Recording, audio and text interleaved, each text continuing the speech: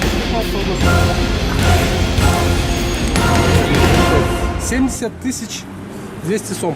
Лампами попробуйте. Прошу обратить внимание на полное совпадение